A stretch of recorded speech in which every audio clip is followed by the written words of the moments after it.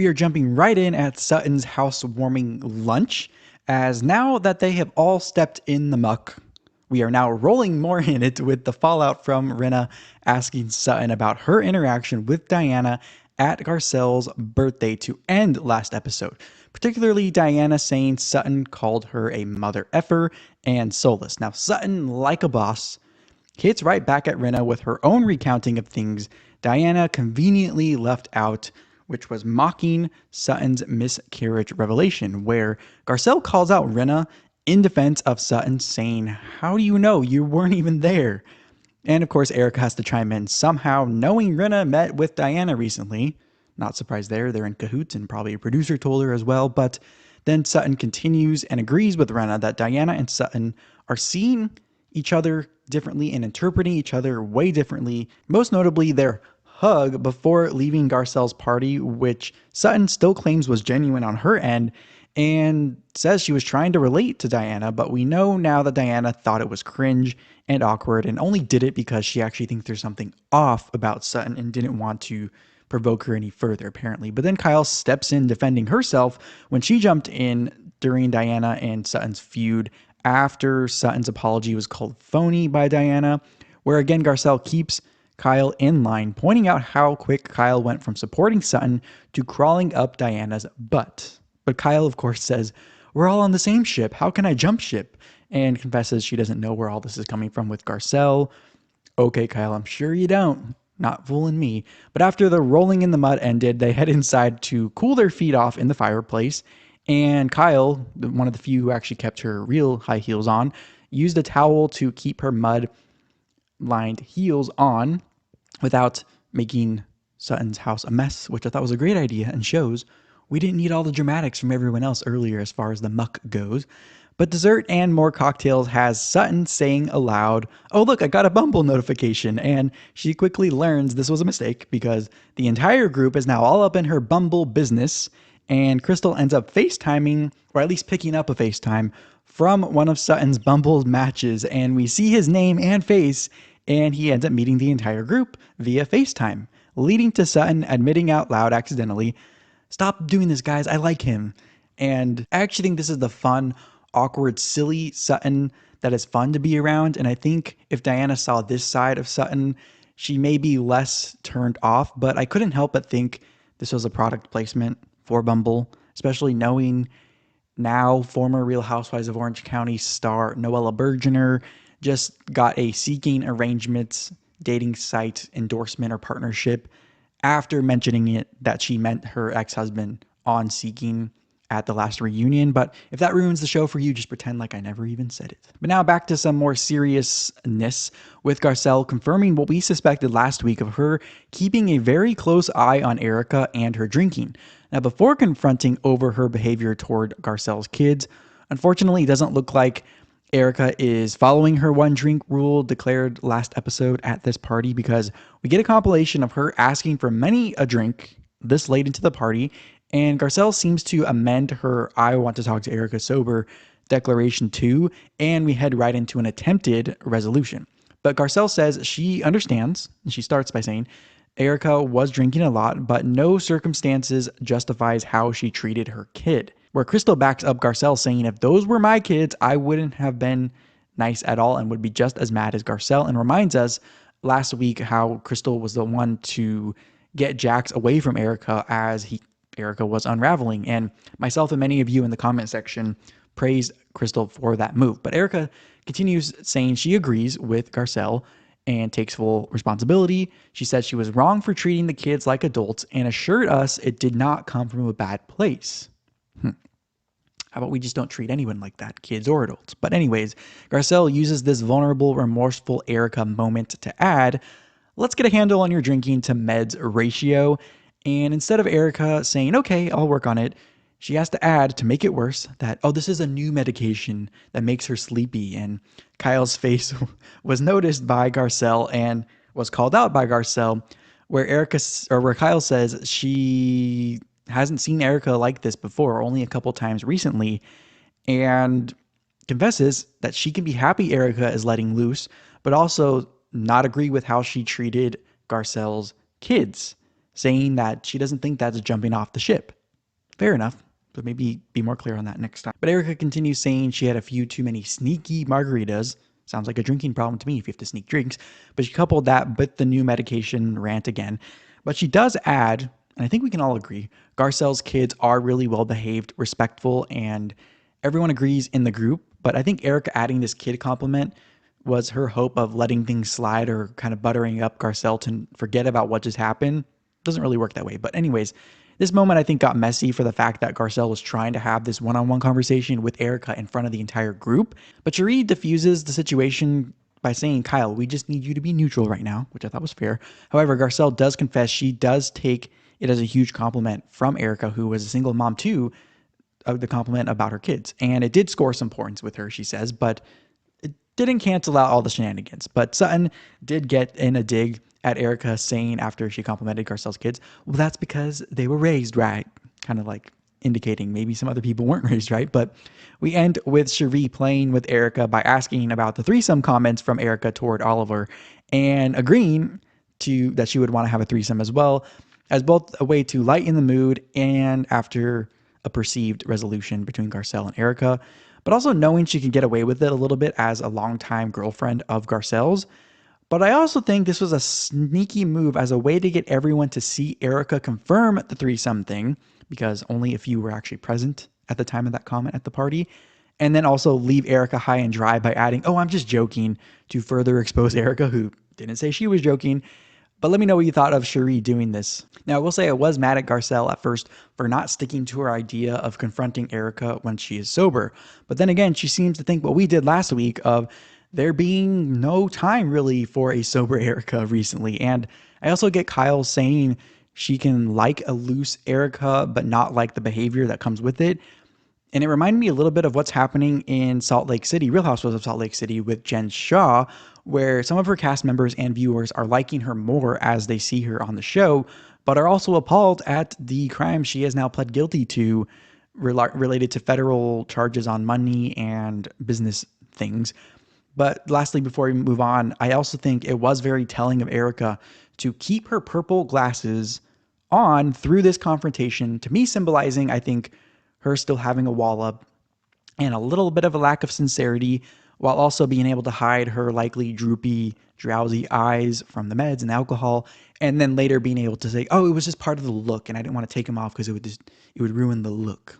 All right, it is now the holidays, and we are with Garcelle shopping with her kids at an upscale sneaker shoe store, and we get some talk of how labels on clothes are more important to some people than others, and we get a reference to Dorit, but Garcelle's sticker price shock of some of these shoes being in the high four figures humorously was coupled with her saying, this shoe better do the dishes for me for that price, and she adds she never thought there would be a time where she would have a $500 limit on purchasing some sneakers for her kids, even as recent as a few years ago, but adds, as we've seen this season, how blessed and how much success she has had leading to this moment where she can now reward her kids like she never imagined, just for being good kids and also proving all the doubters wrong about her ability to be a single mom, but making sure her kids know this is a special purchase and this is not the new norm. And I think this scene was perfectly timed with her Watch What Happens Live appearance from a few weeks ago, where she confirmed that recently she actually bought herself a Birkin bag.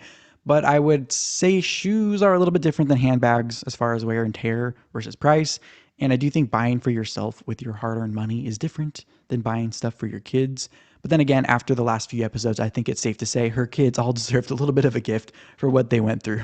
Now, a quick scene at the Umansky household, again, joined by their extended family, including the Kemsleys and their cute kids, minus PK.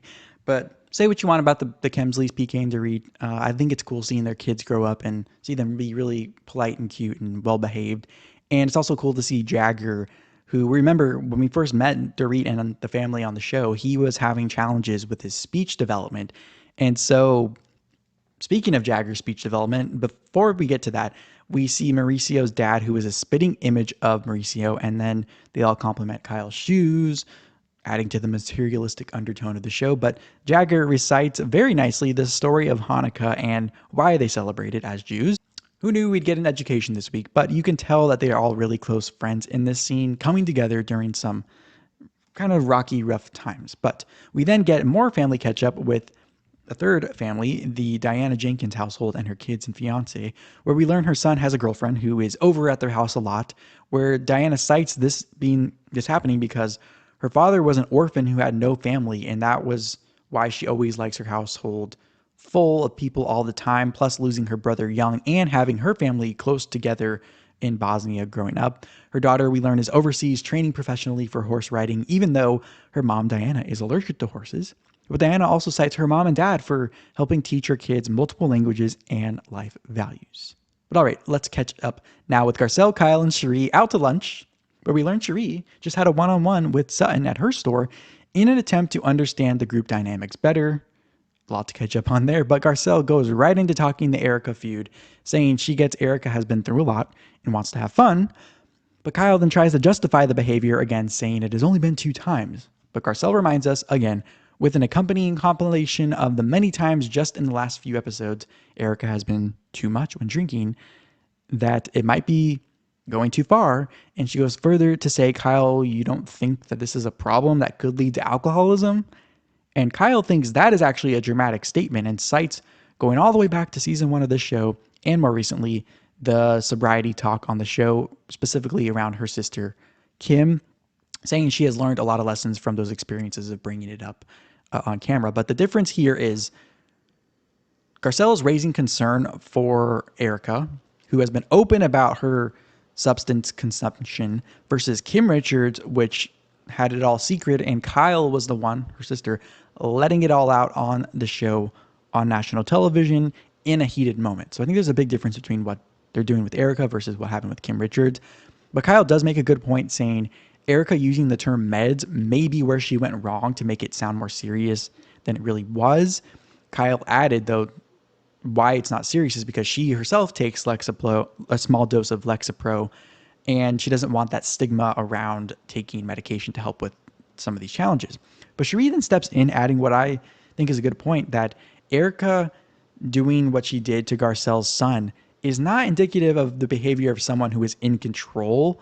And Garcelle goes further, saying she has dealt with all of her son's addiction in the past, and watching someone go down a dark path is hard, and says we need to do something to prevent her from getting to that point. Sheree ends validating both Kyle and Garcelle and wanting to get ahead of this getting worse. Now, I get Kyle's sensitivity on this issue, but I think this is different also because Erika is not Garcelle's family. Even so, it appears Garcelle is treading more lightly than Kyle did with her own sister.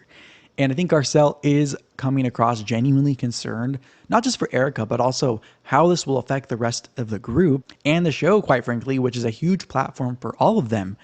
This, I think, is also similar to the concern shown last season by the girls, wondering how Erika's legal issues would affect them as cast members. And I think this begs the question, at what point does Erika become too much of a liability where the cost of having her on the show outweighs the benefit for the cast, Andy Cohen, the Housewives franchise in general, Bravo, NBC Universal, and Comcast. Everyone in the chain of command down to Erika. For now, it looks okay because the ratings are still high and steadily growing, but time will tell. But let's go to something a little more light, sort of Diana getting rid of her store. Meaning her store is her closet, I guess, which gives her a reason to name drop where and who she wore clothes with, saying the craziest thing she saw at a party without names being named is a rock star beating up a prince.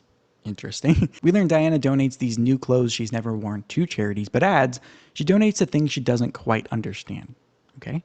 But once Erika arrives, drooling and touching the clothes, Diana shares this is only 1/3 of her wardrobe, and Erika reminds us of her past life owning these things, confessing she isn't jealous in her new life. But then we get cut right to her saying she is jealous to Diana's face.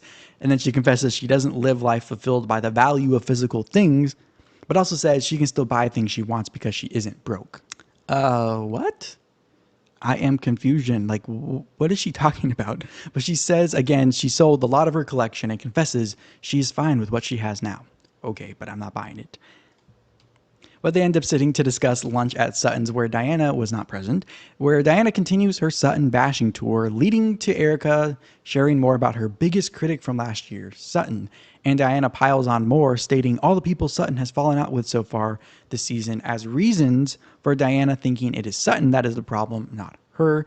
And we learn Erika implored Sutton to make up with Diana before leaving the lunch, where Erika ends by adding, "It's okay to forgive, but not forget." Now, this whole scene is not going to age well for Erika, from saying she isn't broke to claiming she actually owned clothes, confirming she sold things, and conveniently forgetting Sutton pulling the worst out of her, quote unquote, was due to what just was unveiled and brought to light about your ex-husband and all of his shenanigans without any regard for the victims or the fallout for you and everyone else. Just saying. But then we get Kyle prepping for her holiday charity event, which I'm sure we will see next episode, at her home by shipping in real snow to her Los Angeles home, citing the often warm Christmases in Los Angeles as her wanting this, and then calls Erika to set up the Sutton meeting up with Diana in a moment. All I have to say here is it must be nice to be able to import snow to the middle of drought-stricken California, but then again, maybe Kyle is onto something, and this is the solution to all of our drought woes. Crystal is on the other end of the drought spectrum, picking avocados grown from her own backyard, and then we get to Sutton, now on her way to meet with Diana, talking to Garcelle on her way over, frustrated with everyone getting involved as her reason for wanting to do a one-on-one with Diana. Going into this saying she knows that her approach isn't always the best, and she's willing to say that to Diana's face, but says a lot of it has to do with her complexity as a person, and that contributes to her rough starts we've seen and can confirm she has with people often. But Garcelle adds she thinks Diana just needs to lighten up. But now Diana is already seated when Sutton arrives, and they seem to bond over material things like handbags, and that appears to be where their bonding ends for now. Not a good sign. But Diana starts with questioning why they're even meeting, and Sutton answers vaguely, but they decide to rehash everything starting from the beginning, and with Diana saying she thinks Sutton is clumsy with her words, leading to Sutton asking, "How could you say that about me if you don't even know me?" Clarifying, though, Diana meant it was giving her the benefit of the doubt, as in your intent was not bad, and it comes across the wrong way. But Diana does a quick 180, kind of a bait and switch, adding, "Well, I think I've changed my mind now. I don't think you're clumsy. I think you actually mean what you say." Sutton then doesn't let it throw her off, though, saying, "Okay, I don't want you to be mean and shoot daggers at me." But Diana responds, "Okay, you say that, but you come at me at Garcelle's birthday first about the miscarriage bed rest sarcasm," which is coupled with an apology from Sutton for doing that. However, Sutton asks Diana to reciprocate for her reaction to Sutton sharing about her miscarriage. Diana seems to allude to Sutton not bringing it up genuinely again, and that turns the heat up in the conversation, where Diana pours more fuel on, saying she thinks she needs professional help to be able to communicate with Sutton, adding if Sutton thinks it was sincere, then she has a serious problem. Now they go back and forth about the miscarriage talk, where Diana continues trying to gaslight Sutton, but Sutton still isn't taking it, calling Diana delusional, fake, and phony for her interpretation of things and for the fake hug, where Diana actually agrees, yes, the hug was fake. Okay. But then Diana goes further, saying Sutton abused her with her words, and Sutton confesses Diana is deflecting. I agree. And says she wants to move on, then telling Diana who she is, followed by Diana responding, "So you say, so you say, so you say," meaning you were telling me this, but I'm not seeing the actions add up. And they end on sort of a we can be nice to each other when we see each other, but we're not going to be best friends moment for now. Weirder things have happened in this Housewives world. I will agree with Diana. Sutton did come in a little bit hot at Garcelle's party, but just accept the apology and move on. I do think, though, Diana is having a hard time going all in on the Housewives assignment for the show, and that's, I think, what we're seeing come across on camera. But also, it doesn't make sense for Diana to say, starting the conversation, she now thinks Sutton means what she says, but then later say, well, that wasn't genuine. Pick a lane, Diana. Pick a lane. Finally, I do think Diana is soulless when she deflects by calling Sutton the one lacking empathy and selfish and crazy and emotionless. And how I know she is likely deflecting is Diana faking the hug and not shedding a one tear, talking about all the sad things in her life up until this point, but then shedding a tear in Mexico over the Room 23 book situation being brought up at the table, which was a project she created all on her own. At least so she says. But anyways, click around the channel for more. Consider becoming a channel member on YouTube. And thank you so much for having me in your online life.